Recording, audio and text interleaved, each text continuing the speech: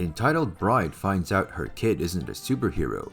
Entitled kid finds out the hard way that a band stage area at a wedding isn't a playground. Welcome back to Reddit Chronicles. If you're new here, consider subscribing to help me feed my channel and grow my cat. And if you like the video, I kindly ask you to give it a thumbs up to help me out. Let's get started.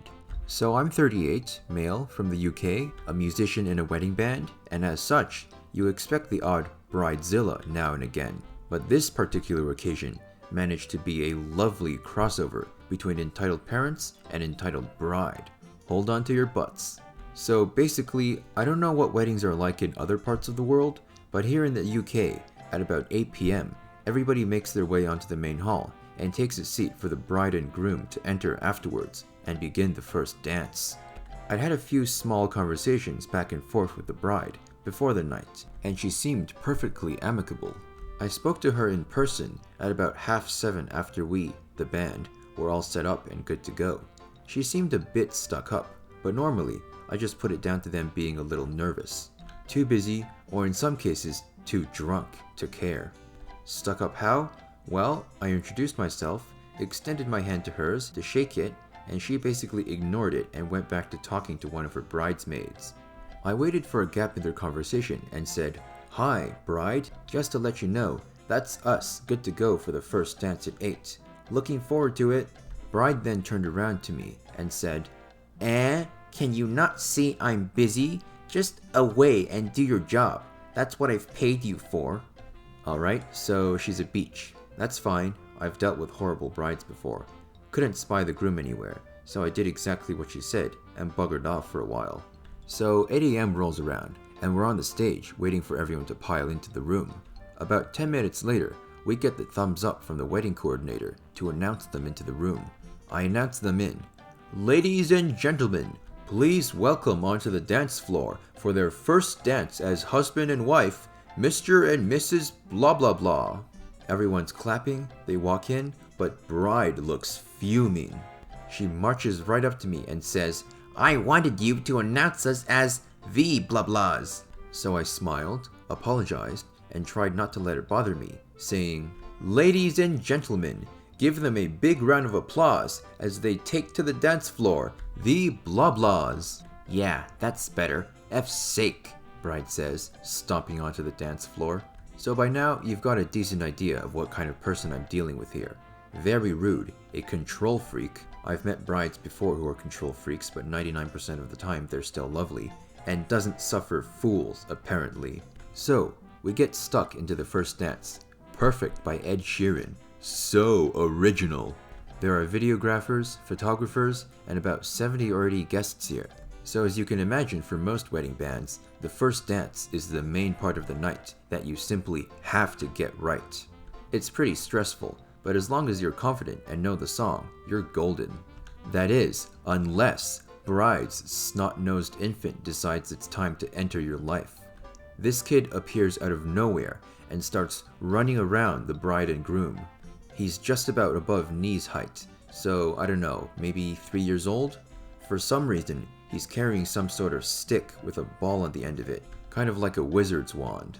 They're laughing, everyone thinks it's funny and cute, haha, great. Then, the kid decides it would be a great idea to abandon them both, and while we're performing the most important song of the evening, he runs up to the drum kit and starts absolutely smashing the cymbals while my drummer is trying to play the effing song. Now, cymbals and most musical equipment are very expensive, and they don't appreciate being hammered by things that aren't drumsticks. This is literally property damage, but what the hell, it's nothing we haven't dealt with before.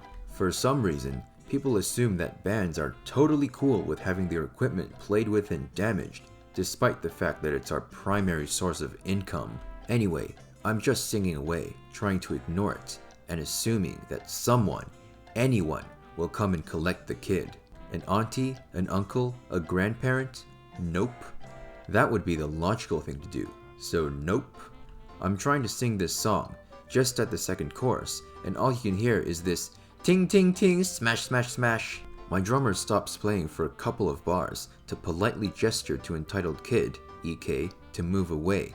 EK stops for a few seconds, so I think it's okay. Good. So we're almost at the end of the song, and the kid is running back and forth from my side of the stage area to the other. There are cables all over this area, and speaker stands, which, with enough force, could be knocked over if tripped into. Not only that, but the drum kit itself. Bride seems oblivious to the fact that her son could be about to get his ear sliced off by a cymbal. Yes, they're surprisingly sharp-edged. Who would have known? You see where I'm going. We finished the song. We made it. Bride doesn't applaud. Groom seems happy enough though. The kid goes away for a while, and I'm amazed that nobody in the room thought it would be a good idea just to hold him until at least the first dance was over, so we kick off the night. Halfway through literally the second song of the evening, I have to stop the song halfway through because Entitled Kid keeps throwing a balloon, and it keeps either going straight at my face or into my stage area. Pedals, more cables, mic stand, cymbals, not much space. Basically dangerous for a kid. So I just say to the kid, "Try and keep the balloon away from where we are, please, buddy." And I smile at him. Entitled Kid looks confused for a second, and then takes the balloon and goes away. We keep playing. Boom! 2 minutes later, Bride walks up and stops the next song, demanding to speak to me, holding her Entitled Kid, who is now crying. "Did you tell my son he can't play?" What? No, I only asked that he tries to stay away from our stage area. As you can see, it's quite dangerous. "He can play where he wants. You've made him cry." I'm really sorry. I didn't mean to upset him. I was just saying we don't want him to get hurt. The drum kit can be quite dangerous, and he could trip over some. "He's perfectly capable of looking after himself, you know. This is my wedding." You're right, we just don't want him to end up being injured. So would you mind just keeping him away from where we're playing? Bride says nothing, looking like I've just taken a sheet on her carpet, and walks away with the kid still crying, holding his balloon. Prick. Alright, so I feel at this point like I've done enough to warn her about the dangers of letting Entitled Kid near all our equipment. I realize I'm really dragging this out now, so here's the kicker. About 2 hours later, Entitled Kid has still been hovering around the stage annoying me. I've been forced to guide him away from several dangerous positions. Entitled Kid is running around the dance floor. The dance floor isn't really far away from the band, something I hate about this particular venue. The stage area is tiny compared to the dance floor, and the kid is running like crazy. He slips, he puts a hand out, he slices his effing finger on a cymbal. There's blood on the dance floor, which I didn't notice until my guitar player stopped playing with a horrified expression. The kid's screaming. Bride is nowhere to be seen. I stop the song, I take my bass off, and have a look. The kid's index finger is like hanging off. It was minning. You can actually see the bone. So a guest finally comes up, while another one runs to get Bride. I'm freaking out, telling my drummer to phone an ambulance. I know it sounds absolutely stupid now, but I was genuinely panicking, thinking, oh my god, this kid is gonna effing die or something. Laugh out loud. I can laugh about it now, but at the time, I was freaking. Bride comes in, announces her presence with an ear-splitting shriek, picks up the kid, and instead of carrying him elsewhere, stands there and screams at me. "This is your fault. Look what you've done. Look what you've done to my boy." Hotel doctor comes down. Ambulance comes to take the kid to hospital shortly after. Bride and groom leave with their kid. Needless to say, we packed up all our stuff. Drummer had to disinfect cymbal later and left. We didn't get paid obviously, and Bride left us a review which was genuinely full of so many expletives and untruths that I could barely read it. Basically, she tried to imply I was being horrible and bullying her kid all night. So, the moral of the story is, if you're going to bring kids to a wedding, make sure you can either A. Control them, B. Get someone else to look after them, or C.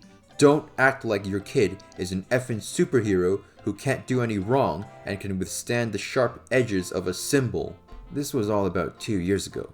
Thankfully, nothing like that has happened since, but the amount of parents who just let their kids do whatever the F they want at weddings amazes me.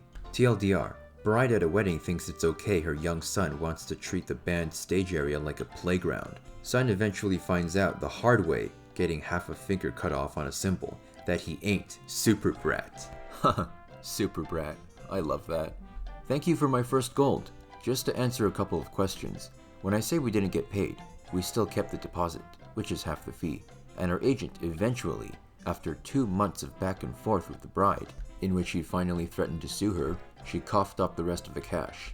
Apologies, I should have made that clear, that we didn't get paid on the night, but we did months later. And yes, these days we take payment no less than a month in advance of each wedding. You live and learn. Some are asking how the hell this could have happened, as symbols are generally not that sharp. I absolutely agree. Apologies if I made them sound like the deadliest weapons on earth, but I'm pretty sure for a child, anything can be a deadly weapon against itself. I don't mean they're gonna go all John Wick. It was a freak accident. I wish I could have actually seen it happen so I could tell you more, but the whole night is a pretty horrific, long-lasting memory in my mind. Have you ever been to a wedding where something went horribly wrong? Share your story in the comments. If you want more where that came from, simply click on one of these boxes right here. And if you liked the video, I assume you did since you're still here, share it with your friends to see what they think. And of course, if you haven't already, click the kitty to subscribe and you'll never miss another video. I'll see you in the next episode of Reddit Chronicles.